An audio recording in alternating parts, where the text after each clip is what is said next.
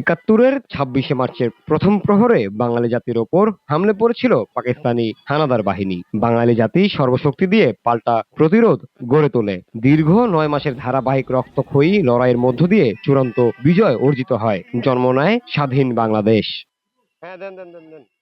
আজ বুধবার ৫৫তম মহান স্বাধীনতা দিবস ও গৌরবময় জাতীয় দিবস। গেল ৫ই আগস্টের গণঅভ্যুত্থানের পরে আবারও নতুন বাংলায় জাতি বীর শহীদদের আত্মদানের কথা শ্রদ্ধাভরে স্মরণ করছে আজ।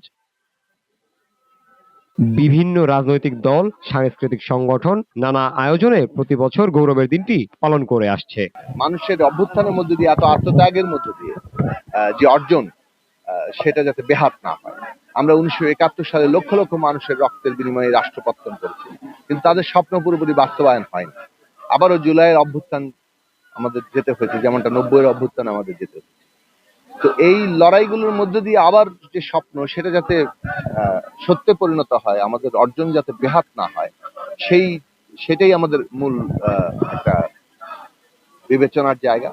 আমি একটি সুস্থ, সুন্দর এবং একটা শান্তিময় বাংলাদেশ চাচ্ছি, যেখানে কোনো দুর্নীতি হবে না, যেখানে কোনো বাক স্বাধীনতা হবে না, ঠিক আছে, যেখানে শিশু দর্শন হবে না। এই যে আমরা প্রতিনিয়ত এই জিনিসগুলো টিভি চ্যানেলে দেখতেছি, আমার কিন্তু খুব খারাপ লাগে এই জিনিসগুলো দেখলে, ঠিক আছে। আমি সুন্দরভাবে একটি সুন্দর বাংলাদেশে চলাফেরা করতে চাই।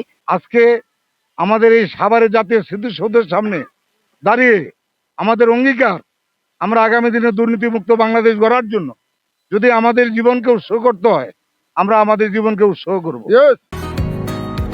বসুন্ধরা, উত্তরা, বনশ্রী, কুড়িল ও বাড্ডা সহ রাজধানীর বিভিন্ন স্থানে অভিজাত ও অত্যাধুনিক মানের ফ্ল্যাট কেনার এক নির্ভরযোগ্য প্রতিষ্ঠান প্লেজেন্ট প্রপার্টিজ লিমিটেড। তাই আপনার স্বপ্নের আবাসনের জন্য আজই যোগাযোগ করুন। Pleasant Properties Limited, where destiny matches eventually.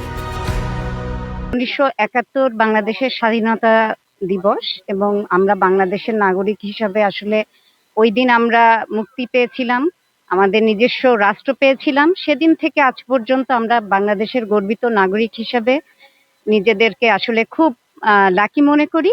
আর যেটা হচ্ছে, যে কোনো ধরনের আত্মত্যাগকে আমরা সম্মান জানাই, সেটা যদি দেশের জন্য হয় অবশ্যই আমরা সম্মান জানাই যে কোনো ধরনের দেশের জন্য আত্মত্যাগকে।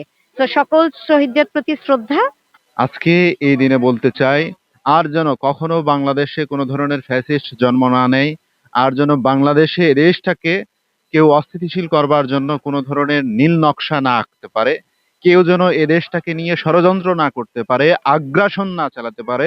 পার্শ্ববর্তী রাষ্ট্র ভারত আর অন্যান্য যে সকল রাষ্ট্র বাংলাদেশকে নিয়ে ষড়যন্ত্র করে আগ্রাসন চালায়, তাদেরকে একটি সমীচীন জবাব দেওয়ার সময় এসেছে। মহান স্বাধীনতা ও জাতীয় দিবস উপলক্ষে ভোরে রাষ্ট্রপতি এবং প্রধান উপদেষ্টা অধ্যাপক মোহাম্মদ ইউনূস জাতীয় স্মৃতিসৌধে পুষ্পস্তবক অর্পণ করেন। এছাড়াও মুক্তিযুদ্ধের বীর শহীদদের প্রতি শ্রদ্ধা জানান উপদেষ্টা পরিষদের সদস্য, যুদ্ধাহত মুক্তিযোদ্ধা, রাজনৈতিক দলের নেতা, সামাজিক সংগঠন ও সর্বস্তরের মানুষ শহীদদের প্রতি শ্রদ্ধা জানাতে স্মৃতিসৌধে আসেন। জামিল হোসেন জিতু, ভিওডি বাংলা, ঢাকা।